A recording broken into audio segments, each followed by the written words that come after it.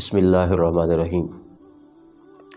گناہوں سے بچنے کے لیے اس چیز کی جانکاری بھی ضروری ہے کہ کون سے گناہ کبیرہ گناہ ہے اور کون سے گناہ صغیرہ گناہ ہے۔ اس کی وجہ یہ ہے کہ کبیرہ گناہ کے ارتکاب کے بعد جب تک توبہ نہ کی جائے اس وقت تک کبیرہ گناہ معاف نہیں ہوتا۔ کبیرہ گناہوں کے لیے توبہ شرط ہے۔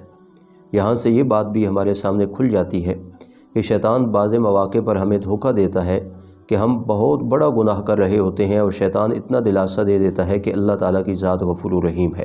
یہ بات مسلم ہے کہ اللہ کی ذات غفور و رحیم ہے، مگر بندے کا کام ہے اپنے اس گناہ پر توبہ اور استغفار کرنا، معافی تلافی مانگنا۔ لہٰذا اگر انسان معافی تلافی کر لے، توبہ اور استغفار کرے تو اللہ کی ذات یقیناً غفور و رحیم ہے، وہ بندے کو معاف کر دیتی ہے۔ اور صغیرہ گناہ کی بابت علماء کرام کہتے ہیں کہ اللہ رب الجلال اپنی رحمت سے معاف فرما دے گا، یا کبھی کبھی کوئی نیکی کا کام انسان کرتا ہے تو نیکی کے اس کام کی بدولت صغیرہ گناہ انسان کا معاف ہو جاتا ہے۔ تو لہٰذا کبیرہ گناہ اگر ہماری زندگی میں ہیں تو ان پر اپنے پروردگار سے توبہ اور استغفار کی ضرورت ہے۔ کبیرہ گناہوں کی آپ صلی اللہ علیہ وسلم نے فہرست بھی ذکر فرمائی ہے، جن میں سر فہرست آپ صلی اللہ علیہ وسلم نے تمام بڑے گناہوں میں سے بڑا گناہ اکبر الکبائر جو ہے وہ شرک کو بتایا ہے۔ لہٰذا ہمیں چاہیے کہ ہم اپنے عقیدے کا جائزہ لیں، اپنے عمل کا جائزہ لیں کہ کہیں ہم عقیدے کے اعتبار سے شرک کا ارتکاب تو نہیں کر رہے، کہیں ہم اپنے عمل کے اعتبار سے شرک کا ارتکاب تو نہیں کر رہے، اس لیے کہ یہ بہت بڑا گناہ ہے، اور اگر اس سے معافی نہ مانگی گئی تو قرآن کریم یہ حقیقت بتا رہا ہے کہ یہ گناہ معاف نہیں ہوگا۔ ان اللہ لا یغفر ان یشرک بہ ویغفر ما دون ذلک لمن یشاء۔ اللہ رب الجلال کے حضور پہنچ کر اگر آدمی کے نامہ اعمال میں شرک والا گناہ نکلا تو اللہ تعالیٰ فرماتے ہیں کہ سزا ملنے کے باوجود یہ گناہ معاف نہیں ہوگا۔ ہاں، اس کے علاوہ جتنے گناہ ہیں اللہ کی مشیت پر موقوف ہیں، وہ چاہے گا تو معاف کر دے گا۔ اس لیے جانیے کہ شرک کبیرہ گناہ ہے، بہت بڑا گناہ ہے اور ناقابل معافی جرم ہے۔ اسی طرح اگر دیکھا جائے تو شرک ظلم عظیم بھی ہے۔ ان الشرک لظلم عظیم، سب سے بڑا ظلم جو ہے وہ شرک ہے۔ ظلم کہتے ہیں نا کہ کسی کا حق کو چھین کر دوسرے کو دے دیا جائے۔ عربی میں بھی کہتے ہیں وضع الشیء فی غیر محلی، کہ ایک چیز کو جہاں رکھنا ہو مناسب وہاں نہ رکھا جائے، دوسری جگہ پر رکھ دیا جائے، تو یہ ظلم ہے۔ شرک کو ظلم عظیم اس لیے کہا گیا ہے کہ اللہ تعالیٰ کی صفات جو اللہ تعالیٰ ہی میں ماننی تھی، اللہ تعالیٰ کے کمالات جو اللہ تعالیٰ ہی میں ماننے تھے، وہ اگر مخلوق میں بانٹ دیے جائیں اور مخلوق میں ماننے شروع کر دیے جائیں تو یہی شرک کا ارتکاب ہے۔ اس لیے اس کو ظلم عظیم سے بھی تعبیر کیا گیا ہے۔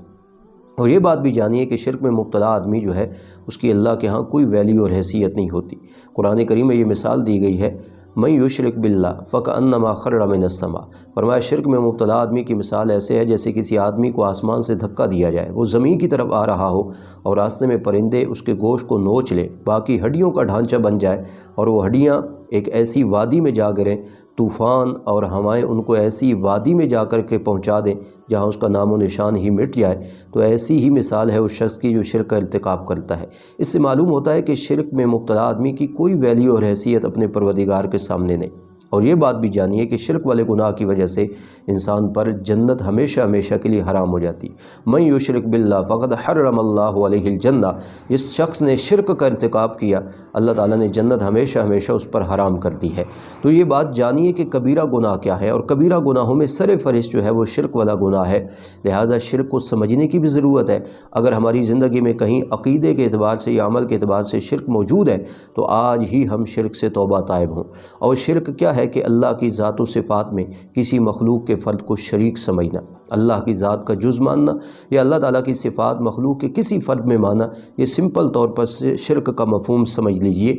اگر کہیں ہم اس چیز کا ارتکاب کر رہے ہیں تو آج ہی ہمیں چاہیے کہ ہم سچے دل سے توبہ کریں، کیونکہ شرک اپنے پروردگار کے ساتھ بے وفائی ہے، ناقابل معافی جرم ہے، ظلم عظیم ہے۔